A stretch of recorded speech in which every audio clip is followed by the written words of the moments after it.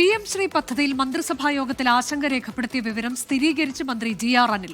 CPI സംസ്ഥാന കൗൺസിലിന്റെ നിലപാടാണ് മന്ത്രിമാർ അറിയിച്ചത് എന്നാണ് പ്രതികരണം. CPI സ്റ്റേറ്റ് സെക്രട്ടറി പ്രതികരിച്ചിട്ടുണ്ട്. ആ വിഷയത്തെ സംബന്ധിച്ച് പാർട്ടി ടു പാർട്ടി LDF ചർച്ച ചെയ്യും. CPIക്ക് എന്താണോ നിലപാട് അത് തന്നെയായിരിക്കും CPIയുടെ മന്ത്രിമാരുടെ നിലപാട്.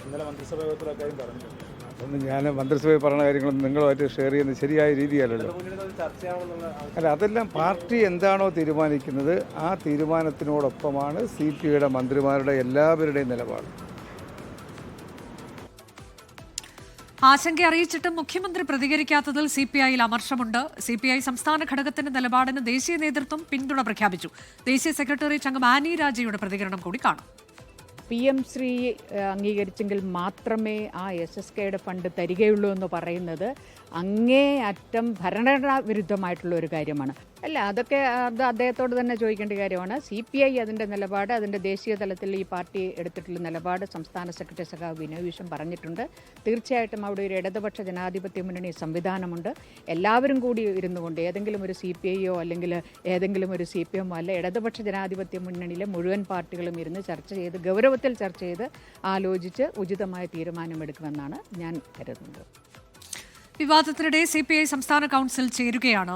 ശ്രീജിത്ത് വിശദാംശങ്ങളുമായി. ശ്രീജിത്ത്, 24ന്റെ വാർത്തയാണ് മന്ത്രി സ്ഥിരീകരിച്ച മന്ത്രിസഭാ യോഗത്തിൽ ഇക്കാര്യം CPI മന്ത്രിമാർ ഉന്നയിച്ചിരുന്നു എന്ന വാർത്ത.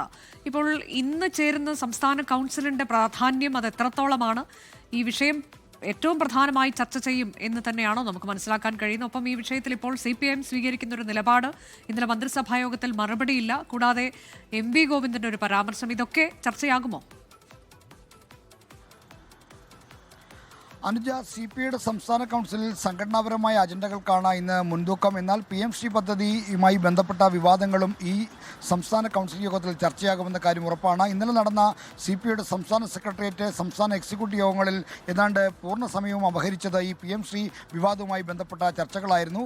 നിലപാടിൽ ഉറച്ചു നിൽക്കാൻ CPI തീരുമാനിച്ച സാഹചര്യത്തിൽ സംസ്ഥാന കൗൺസിലിലും ചർച്ചകൾക്ക് മാറ്റമൊന്നും ഉണ്ടാകില്ല. അതായത് പാർട്ടിയുടെ സംസ്ഥാന നേതൃത്വവും ദേശീയ നേതൃത്വവും കൈക്കൊണ്ടിരിക്കുന്ന സമീപനം തന്നെയായിരിക്കും സംസ്ഥാന കൗൺസിലും അംഗീകരിക്കാൻ പോകുന്നത്. എന്നാൽ തദ്ദേശ തിരഞ്ഞെടുപ്പ് വരുന്ന ഘട്ടത്തിൽ CPIയുമായി ഇടയുന്നതിൻ്റെ ഒരു വൈഷമ്യം താഴെത്തട്ടിലുള്ള പാർട്ടി പ്രവർത്തകർക്കും മറ്റുമുണ്ട്. കാരണം CPIഎമ്മിൻ്റെ സഹായത്തോടു കൂടി മാത്രമേ CPIക്ക് ജയിച്ചു കയറി വരാൻ കഴിയൂ പ്രാദേശിക തലത്തിലും മറ്റും.